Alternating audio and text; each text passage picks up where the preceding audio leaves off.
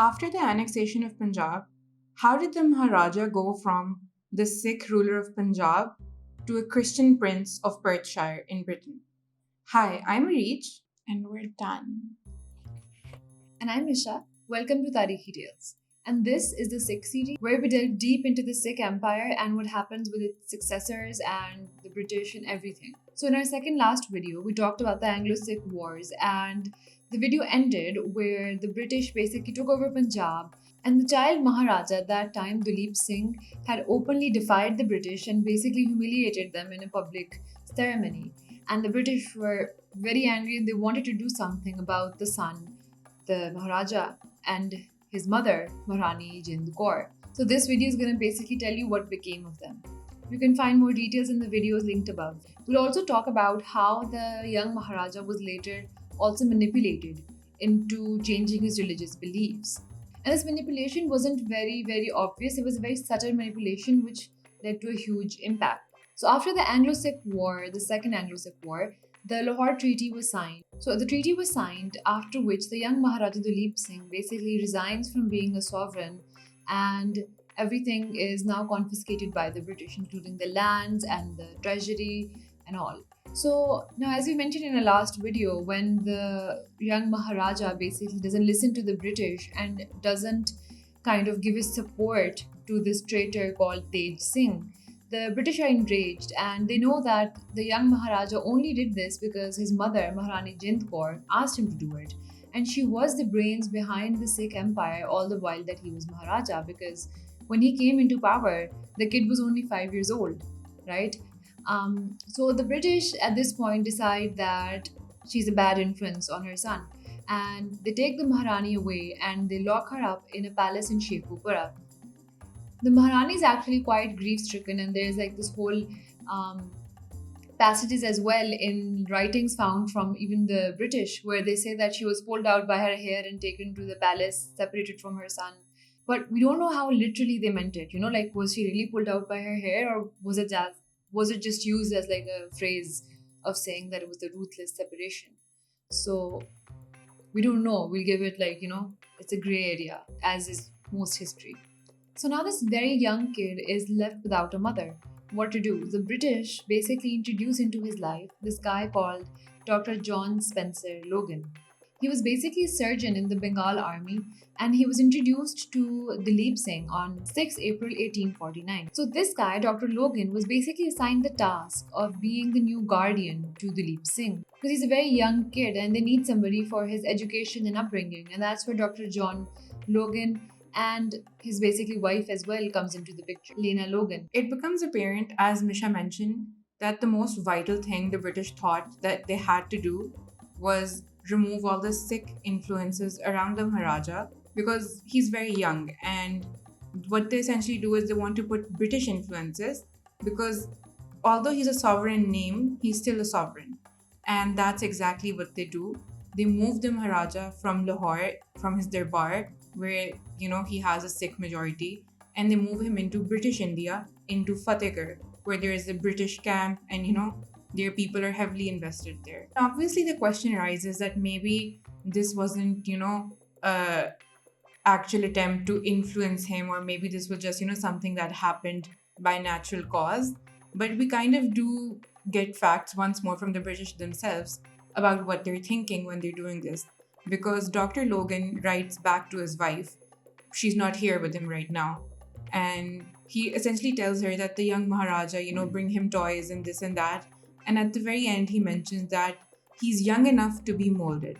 And even the Governor General at that time, Lord Dalhousie, mentions that this Maharaja needs to be moved to Fatehgarh.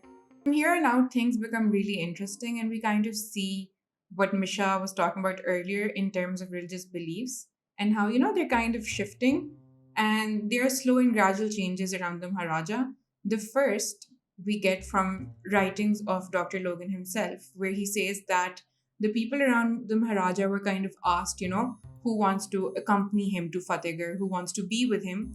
And what he writes is that only a few Muslim attendants agreed to go with him, and majority of the Sikh attendants, priests, and the Hindus refused to go with him no one was, like willing to be by his side. And this is what Logan writes. So the Sikh and Hindu priests refused even when facilities and accommodations were given. And also, we have to take it with a grain of salt because they may not have come with the Maharaja, but the fact remains that the reason behind it is something Logan gives us, not really something we see from any other sources that we can verify. But the fact of the matter is that at that point, we have no one around the Maharaja who can kind of teach him the Sikh religion or the cultural heritage that his father or grandfather grew up with. And this is what Logan writes in his own memorandum because he's very concerned about this as well. He doesn't want any blame to fall on him. He writes that the Maharaja left Lahore without taking with him a copy of the Granth, which is their holy book, or a single reader of it, and with only one Brahmin, as I was particularly careful to explain to the Sikh priests that I, being of a different religion from them, would give no orders on the subject. No blame could be attached to us for their indifference to the Maharaja's instruction in the tenets of their faith. So it becomes apparent that Logan says they take no responsibility for teaching the Sikh religion to the Maharaja, but he also doesn't actively try to teach him Christianity or teach him anything else. And what happens after this is that the Maharaja leaves for Fatehgarh. On his way, he sees the tomb of his father, Ranjit Singh, where he offers a small prayer. And the irony or like sadness in this situation is that he might not have realized at that time that he would never be coming back to Lahore ever again in his life. So the little Maharaja arrives in Fatehgarh on 19th February 1850. And it's from this point onwards that you see that the British are slowly trying to mold his surroundings and trying to coerce him into changing his mindset, which can be done because he's so young, right? So suddenly all of his Punjabi servants, even the servants that came with him, now they're dismissed and they're sent back to Punjab. And new servants are hired, Indians, but from among the ranks of the British. And this is something that makes us question again that when Dr. Logan is saying that nobody willingly came with Duleep Singh, but on the other hand, the Punjabi servants who did come with him, they're being sent back. So there are only 3 Indian servants who are left with him at this point. So one of them is called Boor Singh Butaliwala, the second is Diwan Ashoda Prasad, and the third is Fakir Zahiruddin. And also there were new conditions that were now applied on the Maharaja as to who he can meet. He was not allowed to meet anybody who belonged to Punjab. He was not allowed to meet anybody who was influential in his court, or any correspondence from his mother was also not permitted. There are actually incidents where the British caught spies sent by Maharani Jind Kaur, where she was trying to get in touch with her son, and they made sure that she never did, because they were afraid that this might incite the boy to do something and maybe start a revolution, and it's a very tricky situation. So they made sure that they kept him in complete isolation and controlled his surroundings. So one of the major changes that was made around in the surroundings of Duleep Singh was that he had a Muslim attendant, which was his personal attendant, ever since he was a little kid. So, and he grew up with him basically, so he's very familiar with that guy. The British removed him, sent him back to Punjab, and instead of him, they installed a guy called Bhajan Lal. He was a Hindu priest, a Brahmin, and he's a very interesting character. So there are writings of Maharaja Duleep Singh, which he writes when he's quite older, and he's thinking back on these things that happened in this time in Fatehgarh, and he says that Bhajan Lal was probably only a Hindu in name, and he was probably planted by the British, by Dr. John Logan specifically, to kind of keep an eye on the activities of Duleep Singh. And he says that he was only Hindu in name because Bhajan Lal would actually read him passages of the Bible every night. And he would tell him stories of the Bible and, try to teach him about Christianity. This was a weird situation because even some British found this behavior peculiar. The Reverend of Benares, James Kennedy at that time, is known to remark, "What a striking fact. The young Brahmin tells his royal pupil of the water of life, but refuses to taste it. The Brahmin directs the prince to the way of life and brings him to the gate, but himself shrinks back from entering." So basically, the priest is also confused as to if the Brahmin is so well versed in the Bible and he believes it to be true, why doesn't he convert? Why is he only converting the little kid? And that's a good question to ask, Because of these factors, the presence of this Bhajan Lal character, the absence of all the Sikhs in his life, and absence of any influence from his own country, Duleep Singh actually is eventually molded while in Fatehgarh. And he actually writes letters to Lord Dalhousie where he says that he would like to convert to Christianity because he's found the light. And he does mention in his letters that Bhajan Lal reads a chapter of the Bible to him every night. He even writes to Dr. Logan, and I quote, "You will be surprised to learn of my determination to embrace the Christian religion." The Maharaja's desire became more prominent in November 1850 when he wrote once more to his guardian, Dr. Logan. He said, "I have long doubted the truth of the religion I was brought up in, and am convinced of the truth of the religion of the Bible, which I have of late made Bhajan Lal read portions to me." The reason for this interest becomes apparent on 27 January 1851, when Dr. Logan is writing his report on the Maharaja. He mentions that he's disinterested in the Granth and no one is actually actively teaching him the Sikh religion. Also, another factor comes in is that all the people around him in the British camp are heavily practicing Christianity, and he's very influenced by this because his guardian and his friends and everyone is doing something he's not, and he wants to be a part of it. And the talk of his conversion was no secret in camp.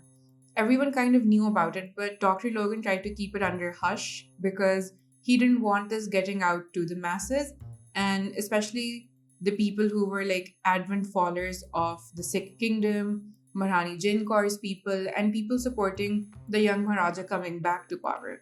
Because he thought if this got out, it would lead to like a rebellion and upheaval of sorts. And Lord Dalhousie also had the same opinion because he said that he should not convert to Christianity before his trip to England, but even if he does, he needs to be christened under the name Duleep Singh. And he also mentioned that if he really wants to be converted before going to England, then the turban must be kept and his hair must not be cut off. And this is because those are kind of vital aspects of the Sikh religion. And also, they're visible signs if he converted and he took, shaved his hair off, people would know okay, he's not a Sikh anymore. But the young Maharaja was eager to kind of convert, and it's said that even before his voyage, he sheared his own hair, cut his hair, and presented it to Lena Logan as sort of a gift. And this is something Lena Logan's daughter writes. But he still keeps the turban, so no one can tell if he's converted or not. On 8th March 1853, Maharaja Duleep Singh was officially converted to Christianity. The service was conducted by Reverend William James J. And Lord Dalhousie also mentioned that this service should not be done publicly or in a church, but instead should be held in the Maharaja's house, because Dalhousie recounts this as him not wanting any tamasha, but also him not being secretive. And before his departure to England, Lord Dalhousie gifts the young Maharaja a Bible, and it's inscribed with, "To His Highness Maharaja Duleep Singh, this holy book, in which he had been led by God's grace to find an inheritance richer by far than all earthly kingdoms, is presented with sincere respect and regard by his faithful friend Dalhousie, April 18, 1854. After this, he does leave for England, converted into a Christian, but we have to keep in mind this isn't the Maharaja's whole religious journey. Later on in his life, he actually reverts back to Sikhism, but that's a whole other story. And it's really fascinating because the life of Duleep Singh in England is a whole other chapter, and we're going to get into aspects of his life in England in future videos. But essentially, there's a lot going on in that person's life, and it all takes place in England. Let us know what you think in the comments below.